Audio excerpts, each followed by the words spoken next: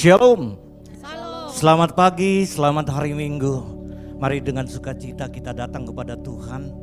Dia Allah, Raja segala raja. Dia Bapa yang baik menyembuh.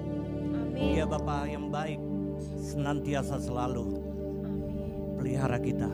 Kasih setianya tidak pernah berkekurangan dalam hidup kita. Amin. Kami bersyukur Tuhan. Bahkan alam semesta, Dia melukiskan kebesarannya. Dia memberkati, Dia memberikan keindahan bagi kita. Terima kasih Tuhan Yesus. Haleluya. Terima kasih Tuhan.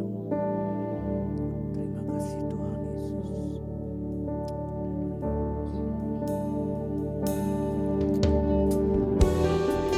Kini kami datang kepadamu Tuhan lewat pujian penyembahan kami Tuhan.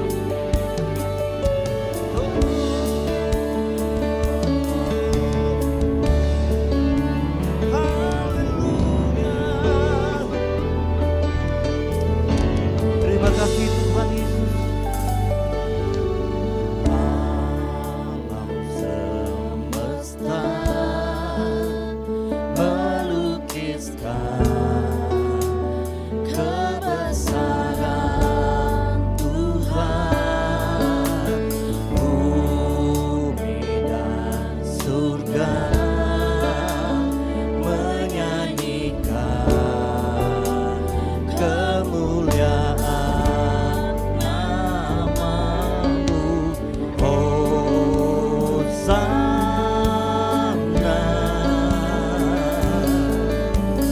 Hosana,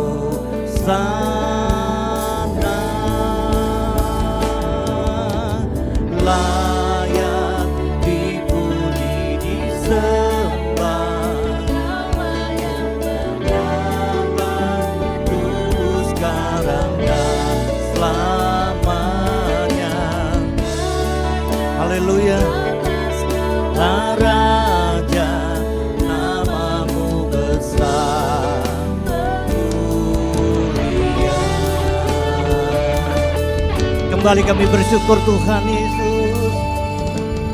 Alam semesta, amin. Kebesaran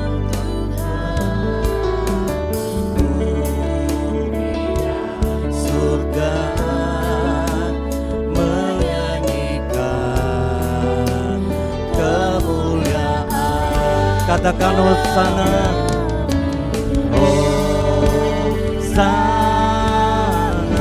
Hosana, Hosana,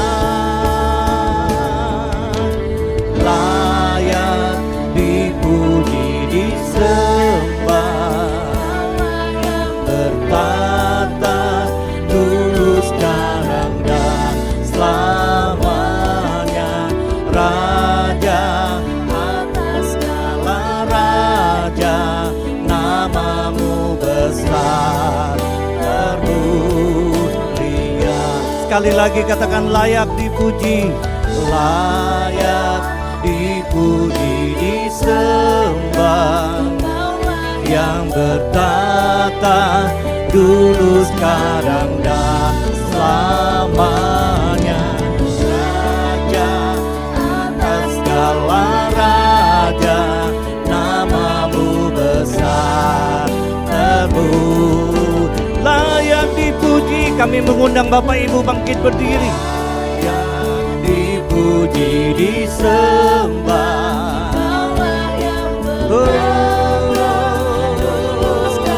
dulu selama-lamanya.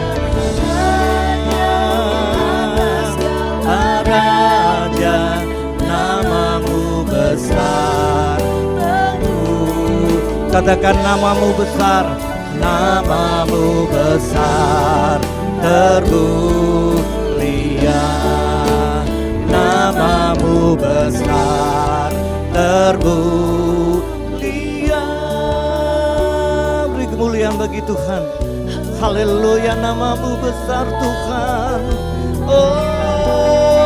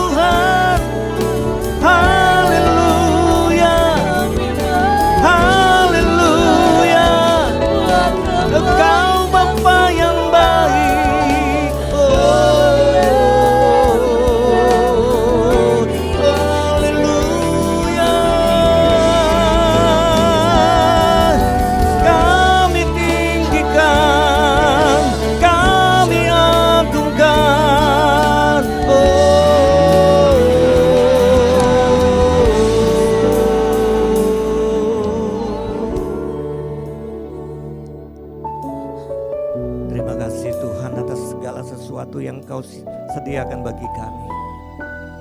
Ketika kami lemah Engkau kuatkan. Ketika kami sakit Engkau pulihkan dan sembuhkan.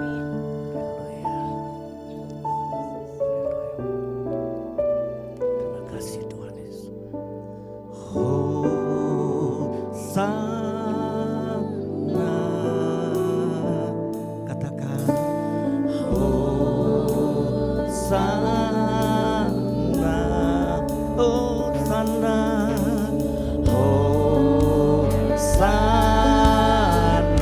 Hosana, Hosana. Angkatlah kedua tanganmu, katakan layak. Layak dipuji, disembah namamu Tuhan. Haleluya. Raja, namamu besar, layak dipuji. Haleluya. Layak dipuji, disembah dulu, sekarang dan selamanya. Raja atas segala raja, namamu besar terpuji. Namamu besar, namamu besar terpuji. Mari kembali katakan, namamu besar termulia. Beri kemuliaan bagi Tuhan. Haleluya. Haleluya. Mari kita datang kepada Tuhan, kembali ke Tuhan.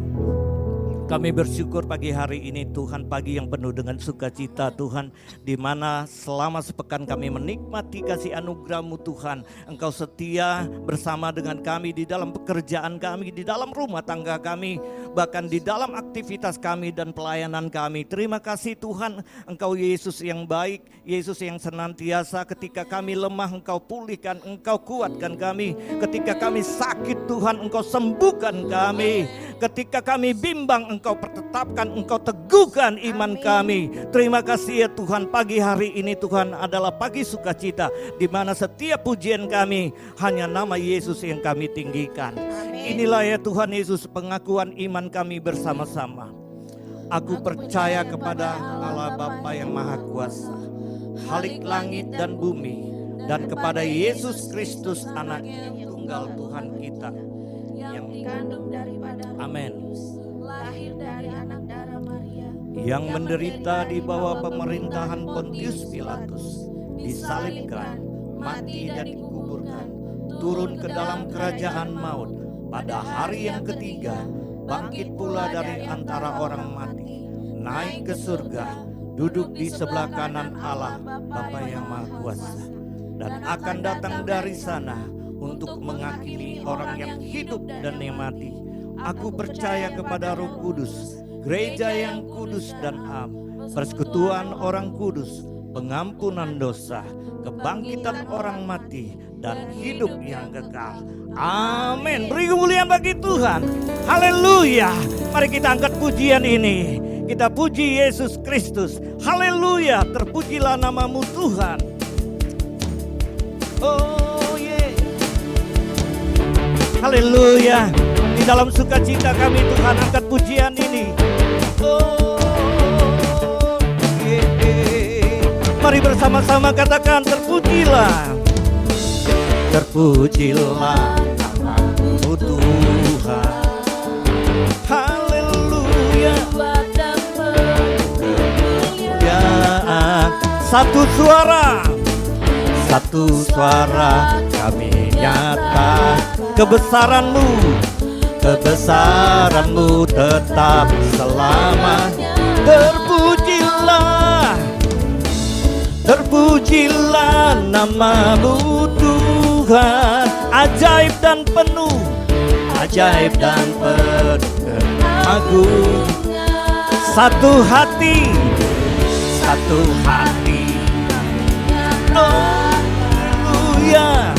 Kerajaan-Mu kekal selamanya. Mari bersama-sama katakan.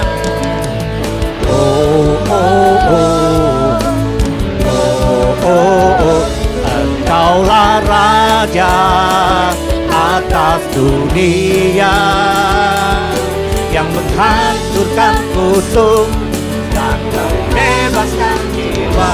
Kami bersorak, bertepuk tangan. Engkau Tuhan. Haleluya. Mari kembali katakan. Terpujilah, terpujilah namamu Tuhan, kuat dan penuh. Haleluya.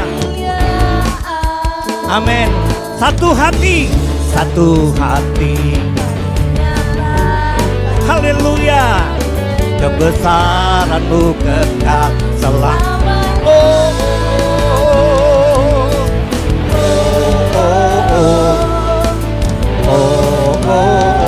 Engkaulah Raja atas dunia, yang menghancurkan musuh dan membebaskan jiwa. Kami bersorak, bertepuk tangan. Engkau Tuhan berjaya dan memerintah untuk selamanya atas dunia. Haleluya. Hancurkan musuh dan membebaskan jiwa. Sekali lagi, Engkaulah Raja. Engkaulah Raja atas dunia, yang menghancurkan kutuk dan membebaskan jiwa. Kami bersorak, bertepuk tangan. Engkau Tuhan berjaya dan memerintah untuk selamanya. Haleluya. Kebesaran namamu Tuhan Yesus. Haleluya. Beri kemuliaan bagi Tuhan. Terima kasih Tuhan. Haleluya. Silakan duduk. Tuhan Yesus memberkati. Kini saatnya hanya kekuatan dari firman Tuhan yang senantiasa selalu menyertai kita. Siapkan hati kita.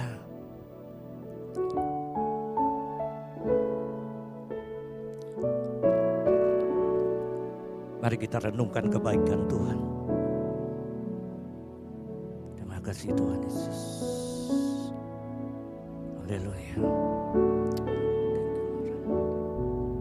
Oleh karena kemurahan Tuhan, ku ada sampai hari ini.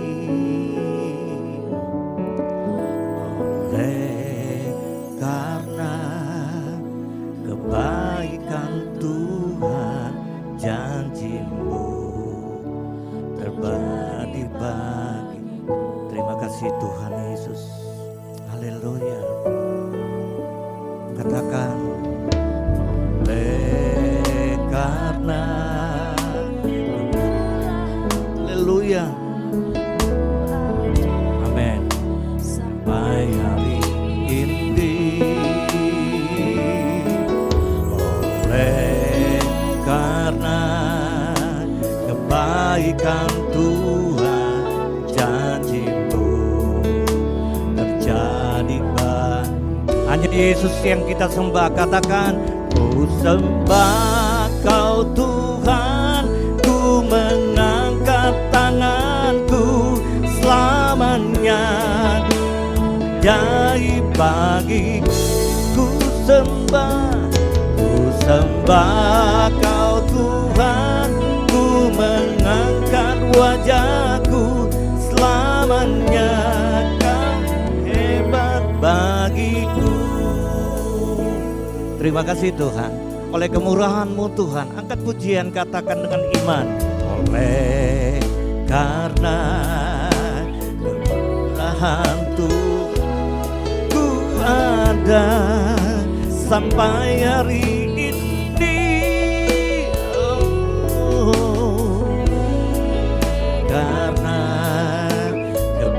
kebaikan Tuhan, janji-Mu terjadi bagiku.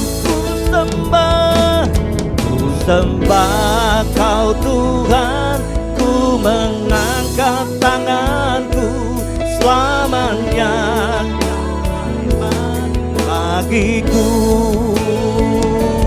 Ku sembah Kau Tuhan, ku mengangkat wajahku, selamanya Kau hebat bagiku. Sembah,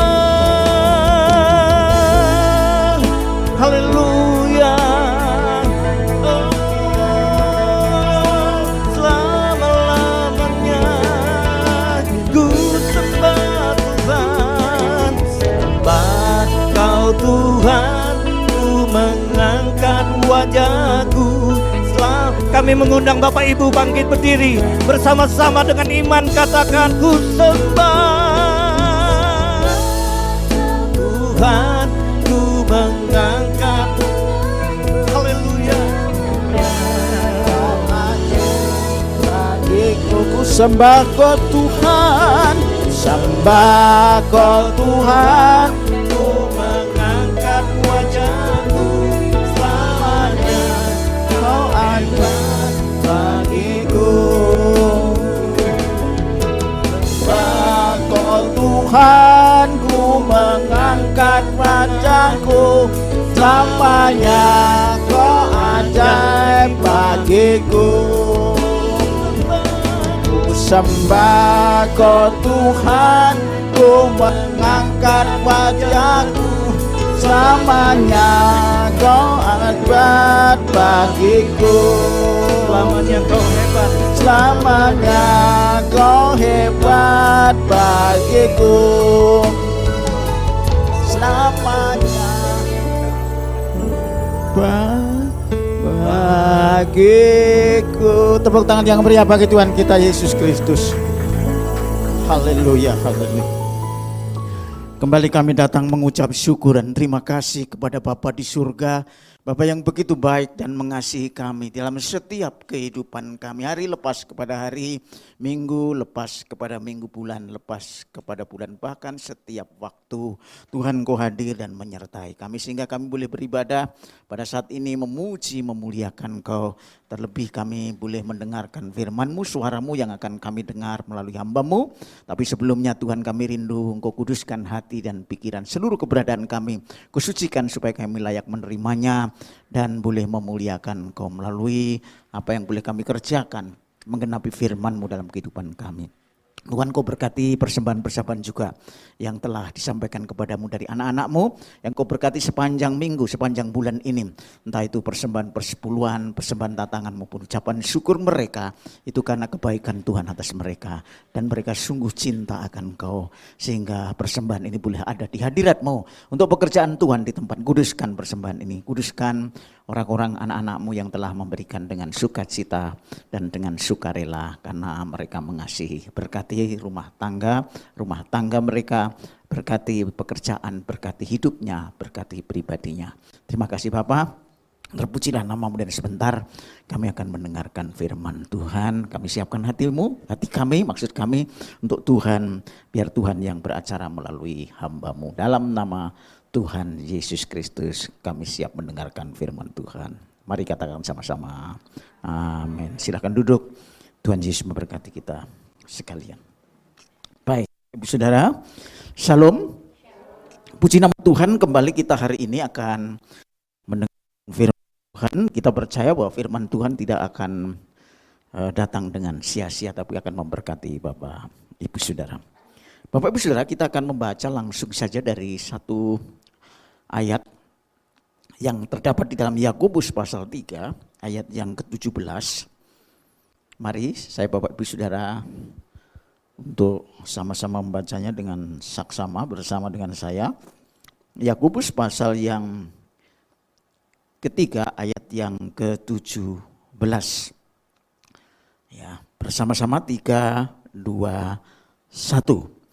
Tetapi hikmat yang dari atas adalah pertama-tama murni, selanjutnya pendamai, peramah, penurut, belas kasihan dan buah-buah yang baik, tidak memihak dan tidak munafik. Sekali lagi, 3, 2, 1. Tetapi hikmat yang dari atas adalah pertama-tama murni, selanjutnya pendamai, ramah, penurut, penuh belas kasihan dan buah-buah yang baik, tidak memihak dan tidak munafik. Amin. Berbahagialah orang yang mendengarkan firman Tuhan serta melakukannya dalam kehidupan kita sehari-hari. Bapak Ibu Saudara, kalau kita lihat ayat ini berangkat dari satu perikop yang diberikan oleh Lembaga Alkitab Indonesia buat kita, karena Alkitab ini disusun dan diterjemahkan oleh Lembaga Alkitab Indonesia dalam bahasa Indonesia terjemahan baru, ya. Dan kita lihat di sana dikatakan dengan satu judul perikop, hikmat yang dari atas. Saudara, apakah hikmat itu?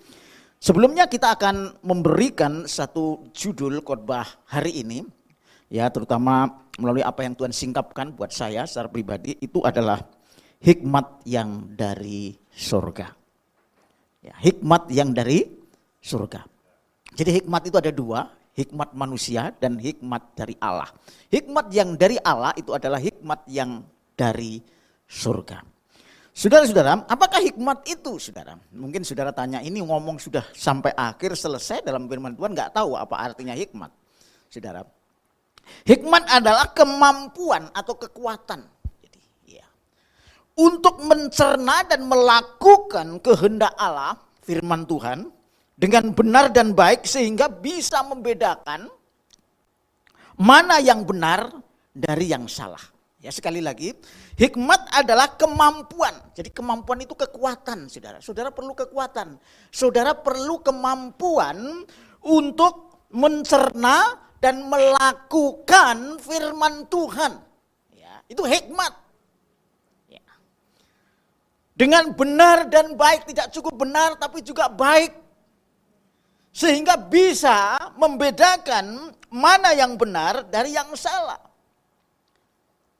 Karena kebenaran itu selalu berada di dalam firman, dan firman itu digunakan oleh Tuhan baik melalui pribadinya di dalam Yesus Kristus yang mati dan bangkit untuk saudara, tetapi juga melalui Alkitab ini untuk membawa saudara supaya bisa melakukan dengan benar dan baik, dan itu perlu kemampuan, saudara.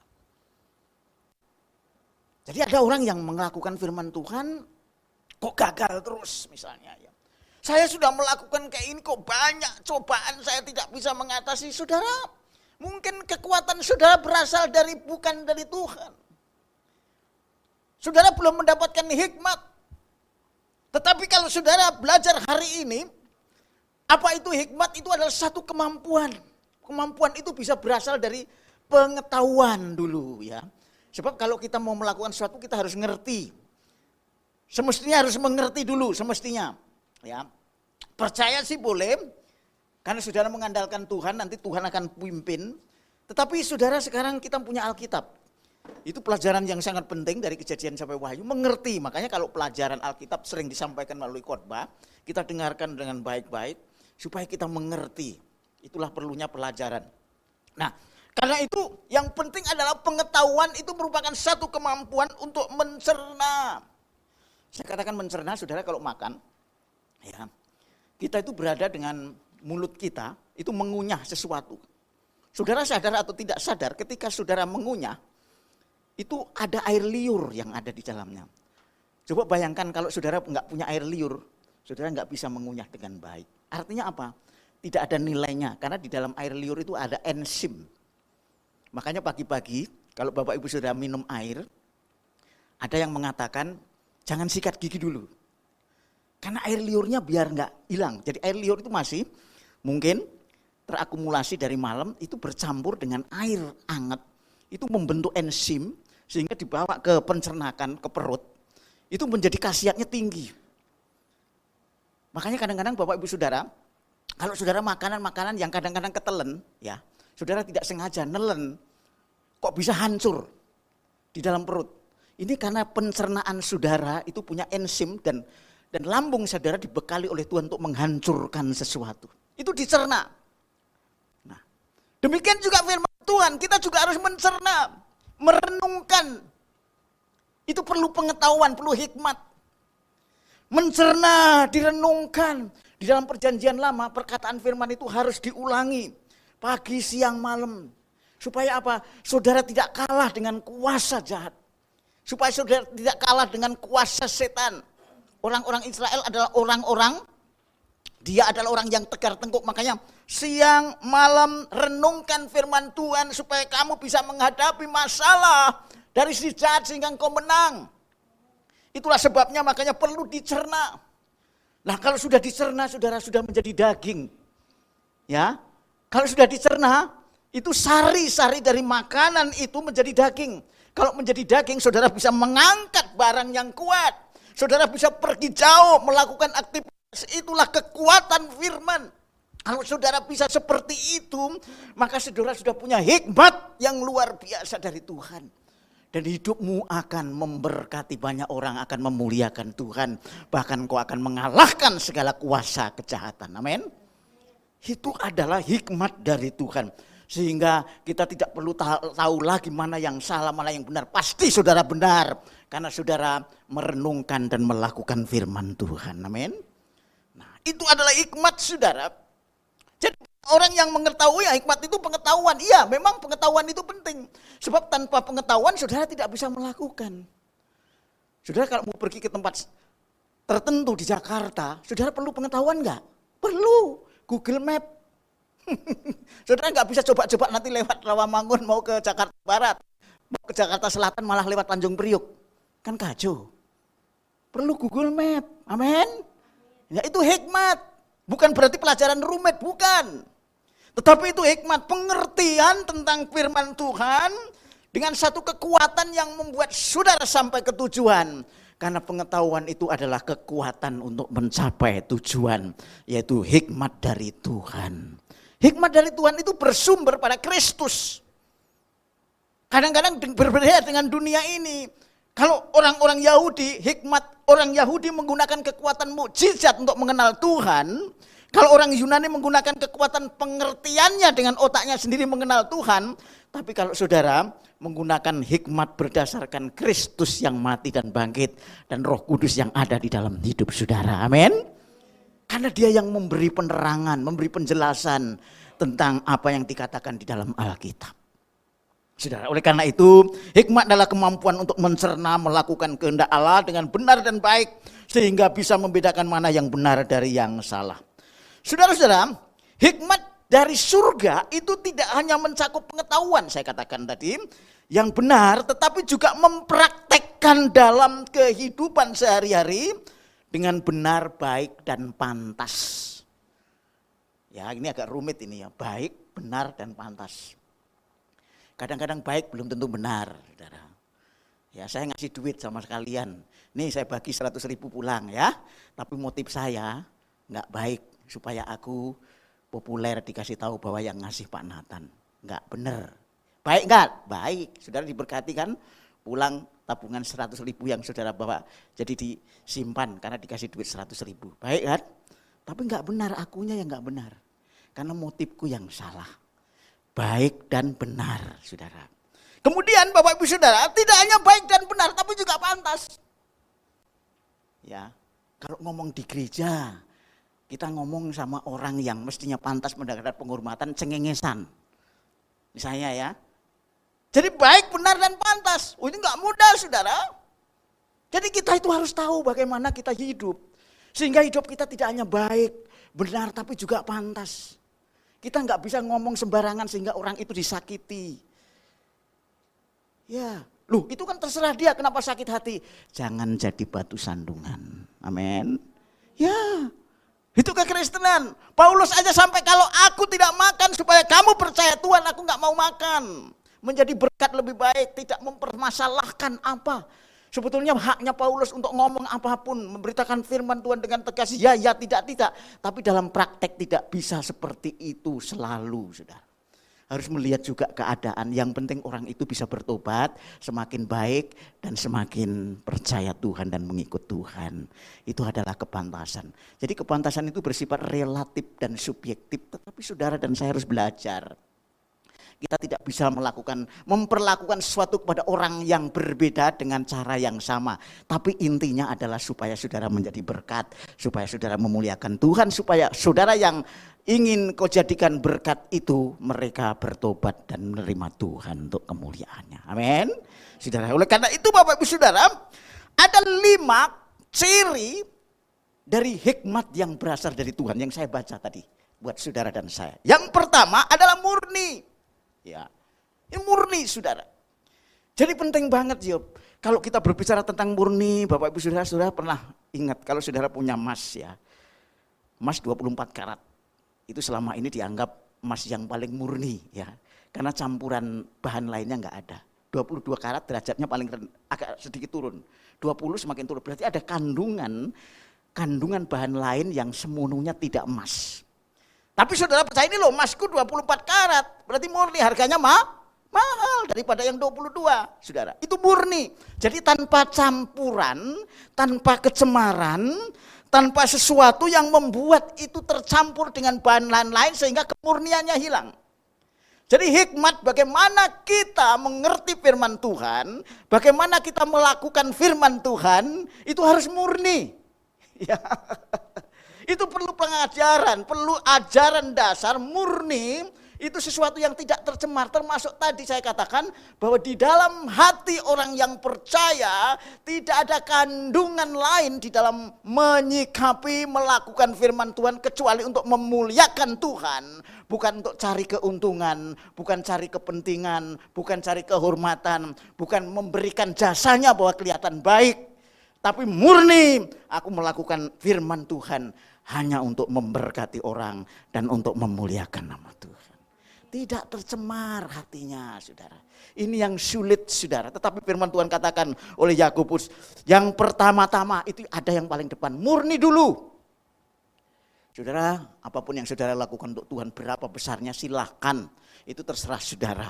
Tetapi kalau hati saudara tidak lurus, hati saya tidak murni, itu kata Yakobus, itu bukan hikmat dari Tuhan. Ya. Orang Kristen ini orang yang benar-benar luar biasa dalam menghidupi kehidupannya supaya dia diberkati oleh Tuhan. Karena apa? Memang inilah firman Tuhan dari Allah Bapa, karena Yesus adalah kebenaran. Firman Tuhan itu asli, firman Tuhan itu tanpa campuran. Firman Tuhan itu murni. Ya. Dan manusia yang sering menggunakan cara untuk membuat firman Tuhan menarik, kadang-kadang tidak murni. Dikatakan di dalam 1 Korintus 1 ayat yang 19 dan seterusnya di sana Bapak Ibu bisa lihat. Ya, orang Yahudi meminta tanda kepada Tuhan bahwa mukjizatnya mendatangkan bahwa Yesus itu benar.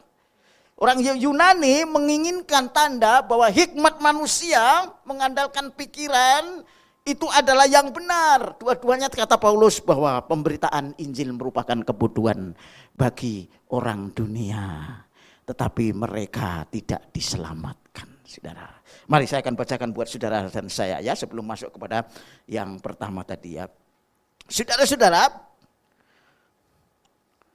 orang-orang Yahudi menghendaki tanda ayat 22 di dalam 1 Korintus pasal 1 ayat yang ke-22. Orang-orang Yahudi menghendaki tanda dan orang Yunani mencari hikmat. Tetapi kami memberitakan Kristus yang disalibkan. Untuk orang-orang Yahudi suatu batu sandungan dan untuk orang-orang bukan Yahudi satu kebodohan. Jadi kekristenan itu kadang-kadang kalau kita beritakan seolah-olah Kristen kok cuman kayak gitu sih keyakinannya. Ngapain percaya Yesus yang mati? Ya, ngapain percaya katanya anak Allah kok diolok-olok? Ngapain percaya kepada sosok yang dipermalukan seolah-olah begitu? Itu hikmat dari Tuhan, saudara. Tetapi itulah yang diajarkan Alkitab buat saudara dan saya. Oleh karena itu ketika saudara mengalami segala sesuatu dalam hidup saudara dan saudara ingin memperoleh hikmat dan melakukannya seperti apa yang Tuhan mau melalui Yakobus pasal 3 ayat 17 ini, saudara harus murni dalam mengerti ajaran firman Tuhan. Ya, saya berkhotbah selalu berkaitan dengan ajaran karena Tuhan datang di 2000 tahun yang lalu tidak hanya menyembuhkan tapi juga mengajar dan mengajar. Menyembuhkan itu bagian dari pelayanan, ya. berdoa pelayanan, tetapi ajarannya harus benar. Ya, oleh karena itu Bapak Ibu Saudara, di sini penting hikmat itu. Dan satu dari antara 5 kriteria yang Yakobus berikan kepada saudara melalui hikmat Roh Kudus, itu adalah murni atau asli, saudara. Mari, Mazmur 19 ayat 8, Mazmur 19 ayat yang ke-8, yang demikian bunyi firman Tuhan. Saya akan bacakan buat saudara dan saya. 19 ayat yang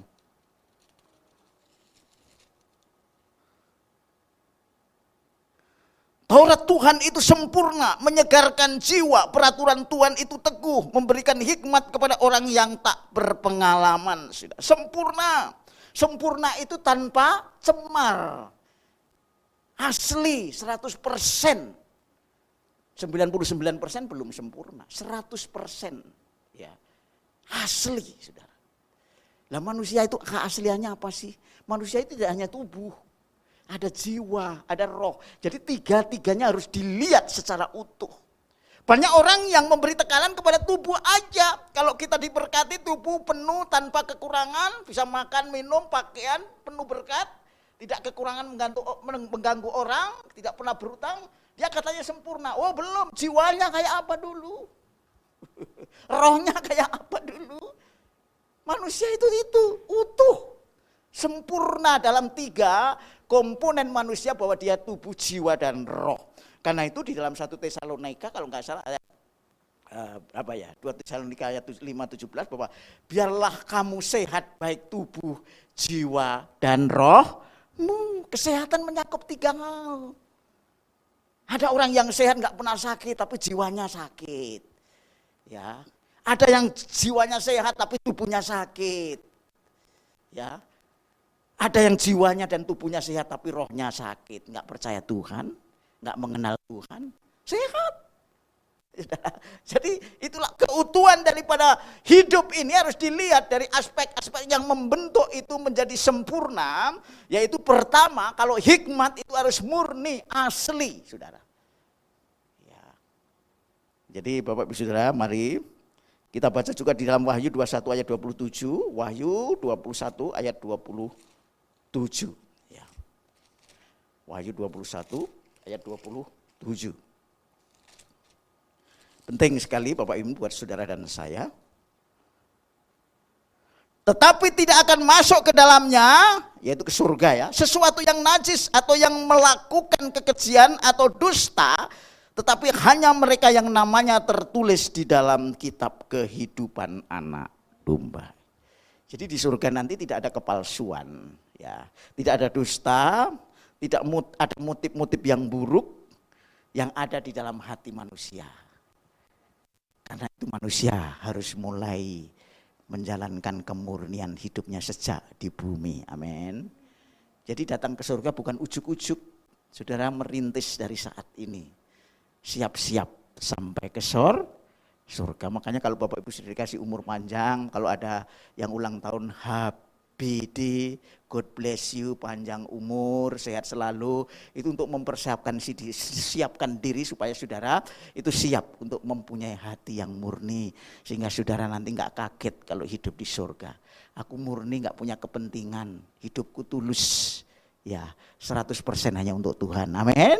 Ya, itu yang pertama saudara. Ya. Saudara, yang kedua, kriteria yang kedua, kalau saudara mempunyai hikmat yang dari surga, itu adalah peramah. Peramah itu lemah lembut, itu gentle. Bukan lemah ya, misalnya kalah gitu, orangnya enggak kuat. Kuat. Orang yang peramah itu orang kuat dalam prinsip, tapi prinsip firman Tuhan. Dia tidak kompromi dengan dosa, tapi lemah lembut, saudara. Lemah lembut, saudara. Orang yang lemah lembut itu doanya banyak. Karena kadang-kadang orang yang suka ngalah itu dianggap, ternyata dia kalahan. Nggak bisa ngasih argumentasi sama saya. Semua diskusinya saya patahkan, padahal dia ngalah nggak mau ribut. Orang lemah lembut itu nggak mau ribut. Ngalah demi kebaikan bersama, tapi tidak kompromi dengan dosa. Iya kan? Kalau saudara dipukul orang, secara hukum saudara bisa nggak berhak untuk mengadukan ke polisi dan saudara memukul lain? Berhak. Karena gigi ganti gigi. Itu adalah hukum yang bersifat memang harus seperti itu. Sebab kalau hukum itu diperlakukannya sepihak, nggak dihukum, itu jadi rusak. Saudara. Misalnya saya, ya mohon maaf nih, saya mukul Pak Ilyas gitu. Pak Ilyas nggak balas. Oh, saya juga bisa pukul istrinya, saya pukul. Soalnya nggak ada yang balas. Saya bisa pukul Pak Pinokan. Jadi menjadi liar.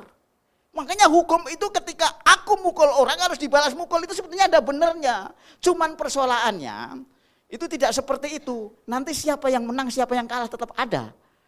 Makanya pihak pemerintah yang ngatasi. Supaya ada keadilan. Dan itu memberikan efek jerah. Tetapi Bapak Ibu Saudara, ketika saya mukul Pak Ilyas, ini ilustrasi Pak Ilyas ngalah, itu saudara lemah lembut. Karena saudara mengenal Kristus. Amin. Karena Tuhan akan berbicara dengan tidak membalas itu, saya bisa bertobat. Amin. Itu yang dimaksud lemah lembut, bukan kalah karena kurang kuat, tetapi karena dia punya hikmat Allah. Itu yang disebut gentle, lemah lembut untuk memenangkan orang supaya dia diberkati. Amin. Saudara, enggak mudah saudara. Tetapi inilah yang dikatakan oleh Yakobus, jadilah peramah. Ya, tadi sudah saya katakan di depan, kalau kita ngomong pun juga kita harus ramah, dalam arti janganlah sembarang ngomong, akhirnya orang sakit hati, orang akhirnya terkesan jadi kecewa. Kita tidak membenarkan orang yang gampang kecewa, bukan. Kadang-kadang orang yang memang peka, nggak bisa untuk kita omongin sesuatu dan diulang-ulang misalnya, sehingga orang itu menjadi mundur. Saudara, saya pernah ada satu kesaksian. Ada teman saya satu kos, ini teman ini akrab. Teman itu akrab, waktu saya di Jogja, ya itu 3 tahun saya belajar di Jogja waktu itu. Ada teman, tapi bukan saya, teman saya ini yang satu, ini akrab. Dia tiap hari ini, teman saya yang si A ini, sama si B ini kalau pulang dari kuliah itu suka pulang siang. Dan setiap pulang siang itu mungkin sudah jam 2, itu panas terik itu. Dibilang begini, yang bilang, wah bapak sekarang gagah ya, hebat ya, pulangnya siang terus gitu. Tiap hari diomongin gitu, didatangin. Dia tanya, kamu ngomong apa? Aku udah capek-capek panas, aku sekolah loh ini belajar gitu. Kadang-kadang kita itu ngomong tapi nggak pada tempatnya, itu namanya nggak lemah lembut, saudara. Jadi ngomong kita itu kosong, nggak memberkati. Kelihatannya kepengen akan bercanda, tapi belum tentu yang saudara teman yang diajak bercanda itu bisa menerima. Saudara harus menjadi berkat dengan lemah lembut, amin. Ya, itu namanya gentle, saudara. Yang seperti ini salah. Ini orang Kristen, dua-duanya orang Kristen. Ini kok bisa kayak gini ya, yang baiklah ya. Bukan baik palsu ya, bukan baik palsu membaikin orang supaya dia dibilang hebat, berjasa karena rohani, bukan. Kamu harus menjadi berkat, ya. Ya. Jangan mengatakan hal yang buruk diulang-ulang kepada orang lain. Saudara, itu enggak bagus, saudara. Itu bukan hikmat yang dari Tuhan, yang baik, benar, dan pantas. Amin. Ya, saudara. Oleh karena itu kita belajar terus. Belajar, mari ayo kita terus belajar firman Tuhan. Supaya saudara benar-benar nanti siap di dalam kerajaan surga. Karena hati saudara sudah dipersiapkan untuk menjadi orang yang baik, benar, dan pantas. Ya. Saudara, itu yang kedua. Jadi peramah, saudara, dan bahkan Bapak Ibu Saudara, kalau kita lihat di dalam Matius pasal 7 ayat 1 dan 3, kita kadang-kadang tidak sadar kita menjadi hakim. Menjadi hakim kepada orang lain yang salah. Orang lain mungkin salahnya enggak terlalu banyak, tetapi kita menghakimi. Kata menghakimi itu begini Bapak Ibu Saudara. Kita itu menunjukkan kesalahan orang yang kecil, tapi kita cari bahwa itu seolah-olah itu menjadi beban hidupnya. Padahal dia sendiri juga pernah bersalah sama orang lain. Itu menghakimi, saudara. Jadi seolah-olah dia tidak pernah merasa bersalah. Makanya Tuhan katakan jangan kamu menghakimi kepada siapapun, sebab barang siapa yang menghakimi akan dihakimi. Siapa yang mengukur orang itu akan diukur, bukan diukur oleh orang yang kita hakimi. Orang lain pasti akan mengukur nanti satu saat, izinkan. Karena kerjaan kita cuma ngukurin orang. Saudara, kalau saya dulu kerjaannya ngukurin tanah gitu ya. Jadi tanah saya ukur supaya saya ada sertifikat. Ini ngukurin kesalahan orang, diukur untuk ukurannya dia yang benar. Itu enggak boleh, saudara. Nah, orang-orang yang peramah tidak boleh seperti itu. Sudah, loh dia kan salah, memang aku dipermalukan. Memang lu enggak pernah salah. Gitu. Itu yang Tuhan mau. Jadi ingatlah bahwa ketika apa yang aku lakukan kepada orang lain, sebetulnya aku pun juga bersalah seperti dia di hadapan Tuhan dengan cara yang berbeda. Mungkin cara yang berbeda. Misalnya saya hakimi orang itu nyuri, kamu pun curi, dasar kamu miskin, dan kamu males gitu.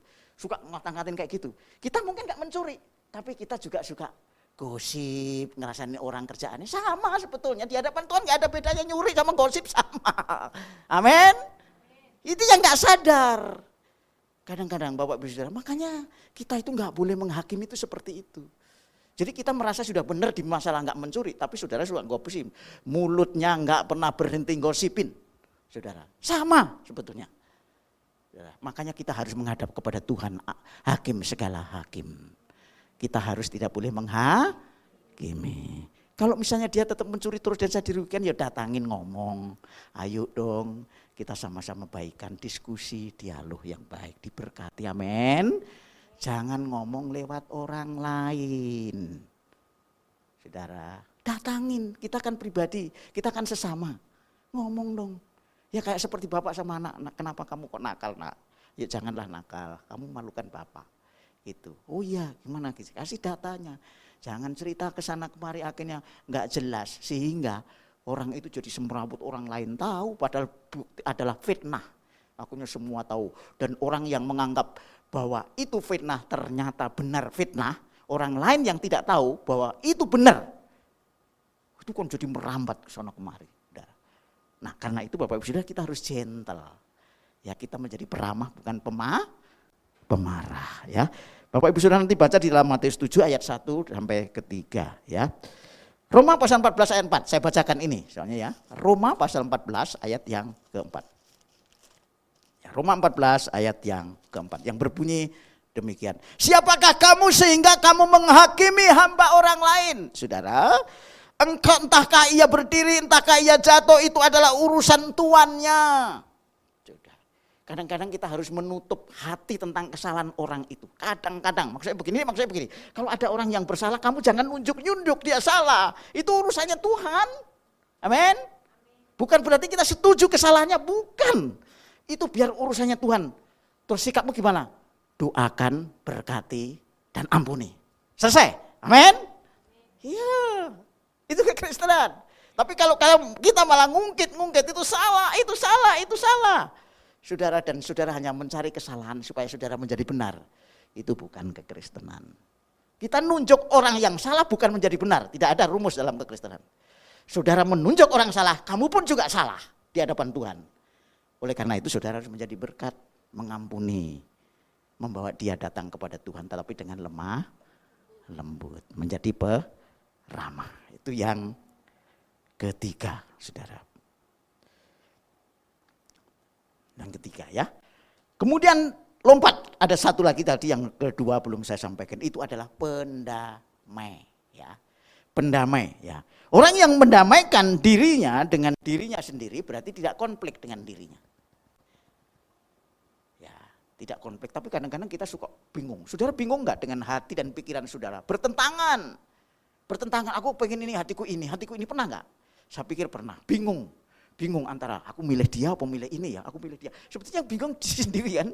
Kenapa? Saudara itu punya jiwa, punya perasaan, dan punya keinginan, dan punya pikiran. Tiga-tiga ini kadang-kadang bertentangan. Saudara harus berdamai. Ya. Kalau saudara tidak bisa berdamai dengan diri saudara suka bingung dengan dirinya sendiri, itu bisa sakit jiwa. Ya.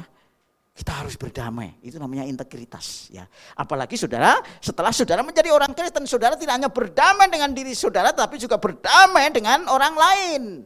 Ya, di dalam Kolose pasal 1 ayat yang ke-20, Kolose pasal 1 ayat yang ke-20, saya akan bacakan buat saudara.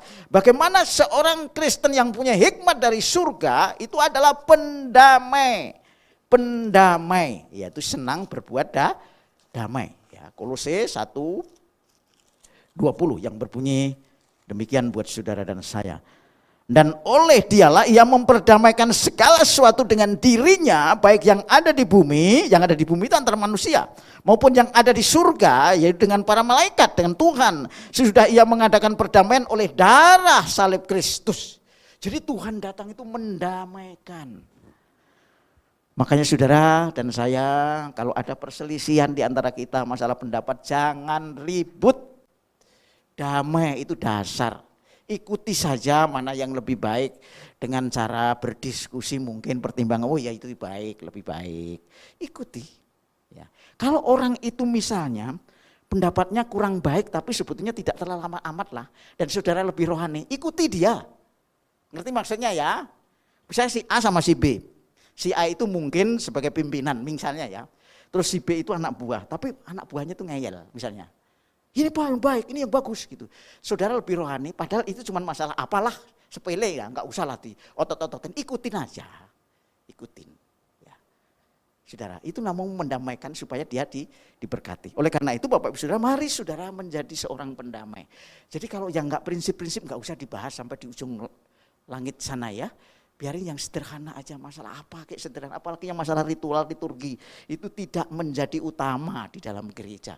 Yang penting tadi itu hatimu, pikiranmu, saudara tidak pendendam, saudara menjadi orang yang baik untuk orang lain, saudara tidak kompromi dengan dosa, saudara bisa menerima pribadi walaupun tidak menerima perbuatan yang jahat. Ya, itu saudara. Itulah makanya hikmat ini luar biasa. Kalau saya renungkan benar-benar luar biasa firman Tuhan hari ini buat saudara dan saya. Yaitu yang pertama murni, yang kedua pendamai, yang ketiga adalah lemah lembut. Ya, saudara. Yang keempat, Bapak Ibu Saudara, mari kita lihat yang keempat. Yang keempat itu adalah penurut, saudara. Penurut itu setelah saya baca di dalam terjemahan yang lain, dalam bahasa Inggris dikatakan terbuka untuk dialog. Banyak orang yang gak mau dialog. Dialog itu diajak ngomong, diskusi. Sebab kalau gak diskusi itu gak selesai. Nanti tidak ada sesuatu yang bisa diselesaikan. Ya. Tidak ada sesuatu yang bisa diselesaikan karena tidak berkomunikasi. Saudara, dialog. Jadi orang itu berdiskusi. Sehingga menghasilkan perbuatan baik dengan adil. Maaf, keliru. Berdialog. Yaitu gampang untuk baikan dalam hal positif karena tidak keras hati. Gampang ya, gampang. Saudara, orang kita suka ngerayu-ngerayu orang yang keras hati ya. Kita ini suka ngerayu-ngerayu orang yang keras kepala, ayo dong, sudahlah kayak gitu aja gak usah, kayak gitu-gitu. Ya, mosok kayak gitu aja diributin. Ya. Masalah sepele aja diributin. Kadang-kadang orang masalah sepele aja diributin. Ya di rumah itu suka kadang-kadang mungkin ya, mudah-mudahan enggak ada ya. Masalah naruh barang, ya kadang-kadang mungkin ya suaminya lemah, ya enggak terlalu concern, mungkin istrinya yang terlalu straight itu ribut misalnya. Masalah mencet odol aja ya mungkin, kalau mencet odol itu yang bagian sini dulu, gitu jangan gini nanti enggak bisa, kayak gitu ya. Odol itu biar habis semua, dan mencetnya dari bawah, gitu terus gitu ya. Ini aja ribut, kayak gitu. Ini kan masalah nggak prinsip sebetulnya. Terus akhirnya dia nggak bisa berdoa, gara-gara ingat masalah odol, gitu. Sudah, ya. Kayak gini-gini saudara. Makanya Bapak Ibu Saudara, ya, udahlah. Kamu menang boleh, tetapi nanti kamu bertanggung jawab sama Tuhan. Sebetulnya yang menang itu yang dibilang itu gara-gara odol itu. Nanti Tuhan tuh loh ngalah tuh. Itu kamu kok ribut masalah odol. Kamu hidupmu itu sudah nggak murni, nggak pendamai, nggak peramah.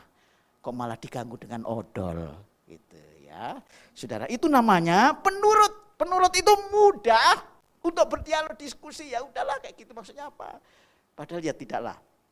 Orang-orang itu ya, kekristenan itu serius tapi santai gitu ya. Serius tapi santai. Artinya apa? Luwes. Ya luwes. Tahu luwes ya? Luwes itu tahu, relax dan bergini.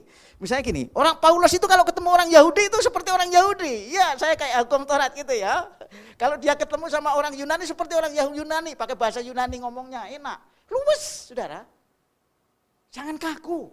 Amin. Ya, jangan kaku. Itu luwes. Untuk apa? Untuk memenangkan orang. Tujuannya bukan untuk ngalah dalam pengertian kompromi dosa, enggak. Bukan negatif. Untuk ngalah dan menjadi berkat luwes. Makanya Paulus itu bahasa Yunaninya jos. Bahasa Ibraninya pinter, Tauratnya pinter. Dia ngomong dengan orang-orang Yahudi dengan hukum Taurat. Ya. Gitu. Makanya saudara kalau ketemu sama tukang gadu-gadu ngomongnya gadu-gadu. Jangan ngomong obat. Gitu. Itu gado-gado ini kira-kira bikin penyakit enggak, Bu? Ya enggak mau lah kayak gitu. Wah enak ya gado-gado Ibu. Wah luar biasa ini. Banyak vitaminnya karena ada sayurnya, ya ada buahnya, kayak gitu kan? Ngomongnya begitu. Tapi benar loh ya, bukan untuk ngerayu supaya orang itu, supaya saudara menjadi baik. Bener aja ngomong aja, sepengetahuan saudara lah. Itu luas gitu loh, enak ngomong. Ya, luar biasa. Ya itu saudara, jadi luas orang itu ya. Itu yang namanya disebut penurut. Itu kalau saya lihat dari terjemahan bahwa dia dalam bahasa Inggrisnya adalah easy to be treated. Jadi gampang diajak berdiskusi, baikan lah. Masuk kayak gitu aja sampai 2 malam gak ngomong gitu ya. Kadang-kadang kan masuk cuma masalah seperti itu sampai gak ngomong suami istri. Ini kan aneh-aneh aja ini kan. Itu ngapain aja ke gereja doa semalaman suntuk. Nggak ada nilainya saudara. Itu namanya easy to be treated. Kita harus gampang, tapi tidak murah, tidak gampangan. Gampang berdamai, gampang mengampuni, gampang baikan, tapi tidak kompromi dengan dosa. Untuk memenangkan orang itu. Saudara bisa kalah di dunia ini, tapi saudara akan menang di surga pasti. Amen. Ya itu easy to be treated, saudara. Mari saya bacakan di dalam 1 Korintus 9 ayat 22. 1 Korintus pasal 9 ya.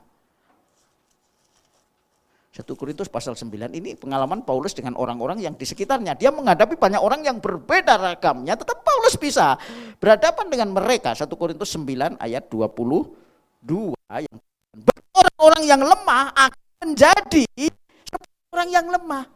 Saudara, kalau orang yang lemah janganlah dihakimin. Orang yang lagi sakit, dasar kamu gak pernah berdoa, akibatnya kayak gini, kamu lo sakit, rasain tahu lo. Gitu. Bukan kayak gitu. Orang yang lemah, aduh kamu sakit, yo aku juga merasakan sakitmu. Jadi rasanya saya juga lemah seperti kamu. Tapi ayo kita semangat, kita berdoa. Tuhan memberi pengharapan dan Tuhan tabib di atas segala tabib. Amin. Iya, jangan diomongin. Saudara, kita malah menghakimi, kita membuat orang jadi lemah, semakin lemah saudara. Itu namanya kalau aku lemah, aku menjadi seperti orang lemah. Artinya menjadi berkat melalui apa? Dia gak ngerti kalau diomongin gitu, gak bisa orang saudara kayak gitu. Ya, saudara-saudara, oleh karena itu Bapak Ibu yang berikutnya Tuhan berkata demikian. Supaya aku dapat menyelamatkan mereka yang lemah. Tujuannya menyelamatkan, supaya tambah semangat, diberi semangat, diberi inspirasi, bertumbuh, pergi ke gereja, berdoa, semangat, ya. Itu penting. Paulus itu orangnya keras loh, tapi bisa menjadi lemah lembut. Dia itu tadinya itu pembenci orang Kristen. Orang Kristen dibunuh, ini masukkan penjara. Tapi setelah kenal Tuhan Yesus, ketika aku dengan orang lemah, aku menjadi seperti orang lemah. Supaya orang lemah itu menjadi kuat. Jadi seolah-olah aku juga ngerasain. Ada orang yang ngatain kayak gini. Ada orang sakitnya enggak ketulungan, tapi kita enggak bisa merasakan. Dia ngomongnya gini, Allah cuma sakit kayak gitu aja. Wow, memang gua enggak pernah sakit. Coba, kira-kira enak enggak didengar? Ya enggak enak lah. Sakit cuma kayak gitu aja, kamu nangis-nangis. Lah aku aja sakit sampai kayak gini, itu enggak membangun saudara. Itu tidak menjadi seperti dia. Jadi mari Bapak Ibu, Paulus itu orangnya keras loh, orang jago, orang hebat, tapi tidak menunjukkan seperti itu. Ya, ayo dong, amin. Iya, itu saudara menjadi orang yang penurut. 1 Korintus 9 ayat 22. Saya lanjutkan bacaan kita saudara. Bagi semua orang aku telah menjadi segala-galanya supaya aku sedapat mungkin memenangkan beberapa orang di antara mereka. Dan segala sesuatu ini aku lakukan karena Injil supaya aku mendapat bagian dalamnya. Amin. Jadi kekristenan itu luar biasa. Injil itu luar biasa. Kalau saudara menjadi orang Kristen yang sejati, saudara mengenal Injil, saudara dengar khotbah, saudara harus mempunyai hikmat yang dari sorga. Yang pertama adalah apa tadi? Murni, yang kedua pendamai, yang ketiga adalah peramah, yang keempat penurut. Coba penurut itu bisa cepat baikan ya dengan hal-hal yang tidak terlalu penting lah saudara. Yang terakhir Bapak Ibu Saudara, kriteria yang terakhir kalau saudara mau menjalani hidup sebagai anak Tuhan dan mempunyai hikmat yang dari surga adalah penuh belas kasih dan menghasilkan perbuatan baik dengan adil dan tulus atau tanpa munafik. Saudara, belas kasihan.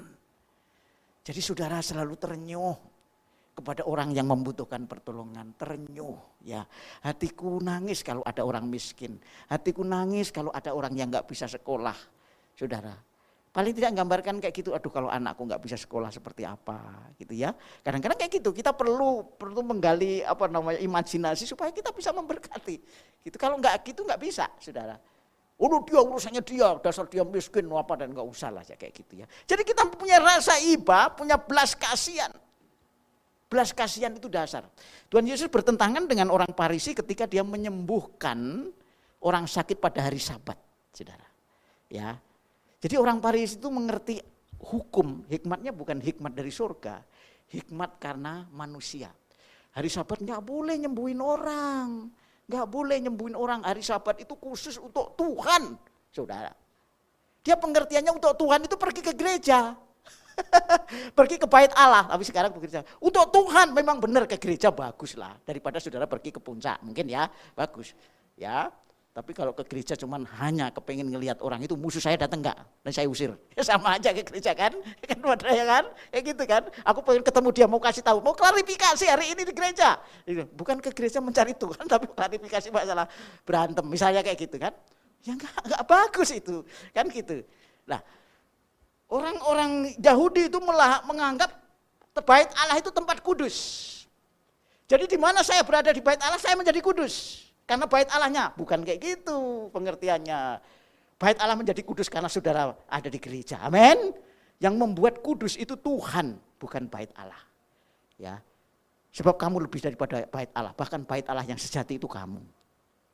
Jadi gara-gara gereja yang tadinya kudus, saudara datang ke gereja malah tidak kudus. Ngerti ya maksudnya ya? Itu.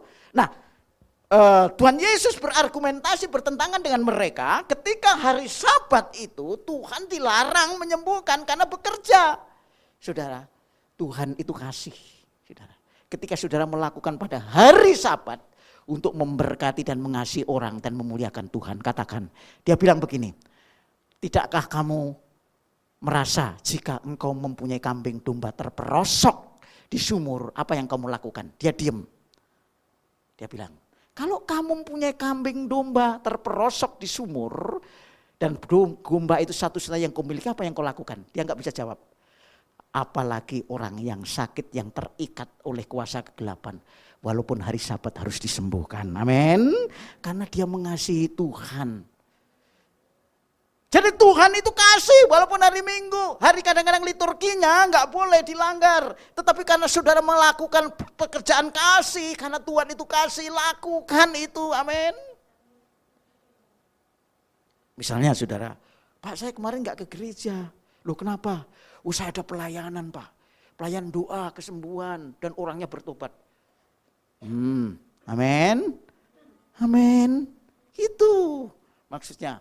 Tapi bukan berarti saudara terus enggak apa-apa, yang penting enggak gereja, yang penting aku, tapi alasannya juga enggak benar saudara. Oleh karena itu Bapak Ibu Saudara, ketika saudara dan saya mempunyai belas kasihan itu dasar, bukan melakukan kurban, itu lebih penting daripada belas kasihan saudara. Jadi belas kasihan itu harus ada di dalam setiap orang. Ketika Tuhan Yesus menyembuhkan orang sakit itu karena belas kasihan. Bukan karena supaya dia dibilang nabi, bukan karena supaya dia bilang juru selamat, bukan supaya dia dibilang raja, bukan. Karena belas kasihan, amin. Iya. Makanya jangan kasih tahu ya, kalau saudara melakukan sesuatu karena belas kasihan, saudara malah menjadi populer. Bukan, belas kasihan. Maka Tuhan Yesus bilang, jangan beritakan kepada siapapun bahwa aku yang menyembuhkan engkau. Saudara ya. Oleh karena itu Bapak Ibu Saudara, belas kasihan itu dasar daripada hikmat yang dari surga. Matius 12 ayat 27 ya. Matius 12 ayat 27 ya. Matius 12 ayat 27 yang saudara dan saya akan sama-sama. Matius 12 ayat 7 yang demikian. Jika memang kamu mengerti maksud ini, yang ku kehendaki ialah belas kasihan dan bukan persembahan. Tentu kamu tidak menghukum orang yang tidak bersalah. Jadi ya, belas kasihan itu dasar dari hidup kita untuk mempunyai hikmat dari surga. Kemudian Bapak Ibu Saudara, kita juga akan lihat di dalam 2 Timotius 2 ayat 22. 2 Timotius 2 ayat 22 ya. 2 Timotius 2 ayat 22. Paulus berkata kepada anak buahnya yang namanya yang namanya Timotius, 2 Timotius 2 ayat 22 ya. Yang demikian bunyi firman Tuhan. Sebab itu jauhilah nafsu orang muda, kejarlah keadilan, kesetiaan, kasih dan damai bersama dengan mereka yang berseru kepada Tuhan dengan hati yang murni. Tadi kejar keadilan, tadi dibilang kan, dari penuh dengan belas kasihan dan menghasilkan perbuatan baik dengan adil, tidak pandang bulu. Adil.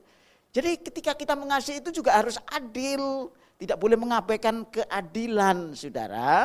Dan yang ketiga, yang terakhir dari poin yang kelima ini adalah tanpa munafik atau dengan tulus hati.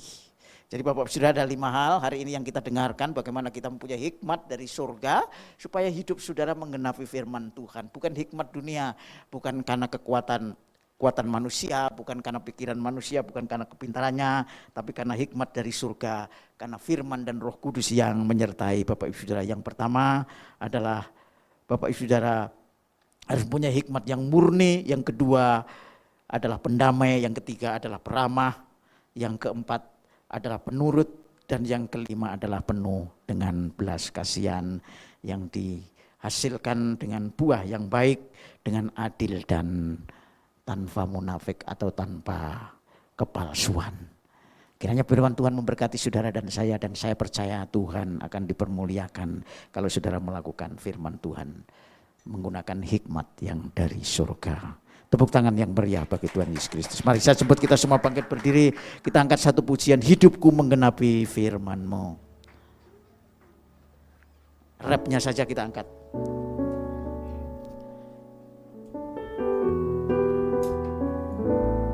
Hidupku menggenapi firman-Mu. Katakan tanda mujizat sertai. Tanda mujizat sertai tiap langkahku. Kau bersamaku di dalamku. Tadi bukti kebersamaanmu. Menggenapi firman-Mu, tanda mujizat sertai tiap langkahku. Kau bersamaku di dalamku, jadi bukti kebesaran-Mu. Kita angkat pujian dari awal dengan sungguh-sungguh. Kau sempurna, amin, dalam rencana-Mu dan karya-Mu. Serahkan hidupku, muikan dengan Roh-Mu. Hidupku menggenapi firman-Mu, tanda mujizat sertai tiap langkahku. Kau bersamaku di dalamku, jadi bukti kebesaran. Hidupku menggenapi firman-Mu, hidupku menggenapi firman-Mu, tanda mujizat sertai tiap langkahku. Kau bersamaku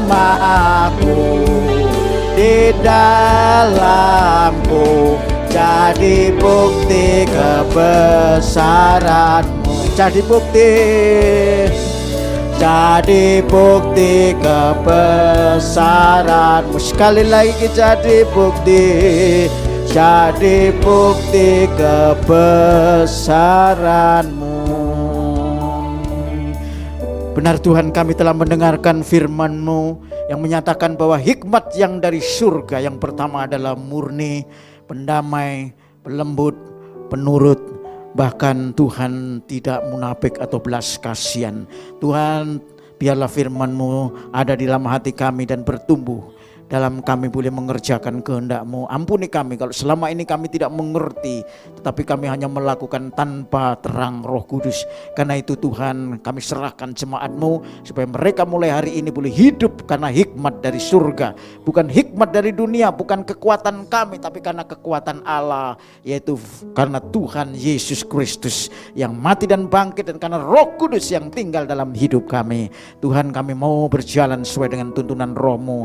Karena itu kami percaya kalau saat ini mereka juga rindu Tuhan, Kau beri apa yang mereka butuhkan, yaitu mereka yang lemah Tuhan kuatkan, yang susah Tuhan hiburkan, yang sakit Tuhan sembuhkan, yang terikat Tuhan lepaskan. Karena kuasa Tuhan tidak pernah berubah dulu, sekarang, sampai selama-lamanya. Dan kami akan menerima kelepasan, kami hidup merdeka dalam mengikut dan mengiring Engkau. Terima kasih Tuhan, berkati seluruh jemaat-Mu yang hadir pada saat ini maupun yang melalui ibadah online. Tuhan Yesus yang dipermuliakan, terima kasih, terpuji nama-Mu. Dalam nama Tuhan Yesus Kristus kami sudah berdoa dan mengucap syukur. Haleluya. Amin. Silakan duduk, Tuhan Yesus memberkati kita sekalian. Kita akan mengikuti pengumuman dari multimedia GPI Sigma.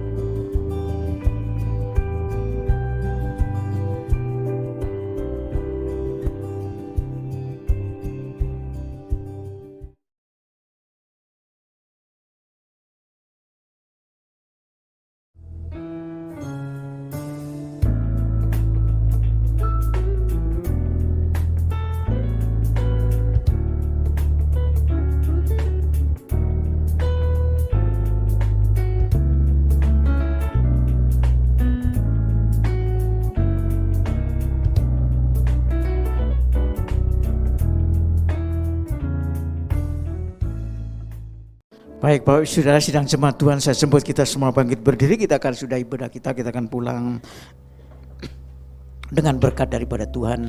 Mari angkat tangan kita dan siapkan hati kita, terimalah berkat dari Tuhan. Kasih yang sempurna, yang mulia, ajaib dan agung dari Bapa di surga, dalam damai sejahtera Anak yang tunggal Tuhan Yesus Kristus, serta dengan persetujuan Rohnya yang kudus, menyertai Bapak Ibu Saudara kita sekalian mulai siang hari ini sampai Maranatha. Tuhan Yesus datang kali yang kedua, dalam nama Tuhan Yesus Kristus yang siap menerima berkat dari Bapa di surga, katakan sama-sama, amin. Terima kasih Yesus, terima kasih Yesus, hanya bagimu ya Allahku, ya Tuhanku. Terima kasih Yesus, terima kasih Yesus. Syukur hanya bagimu. Terima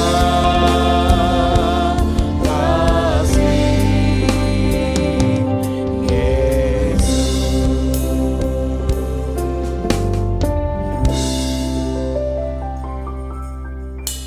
Selamat siang, ibadah selesai. Tuhan Yesus memberkati. Selamat hari ini.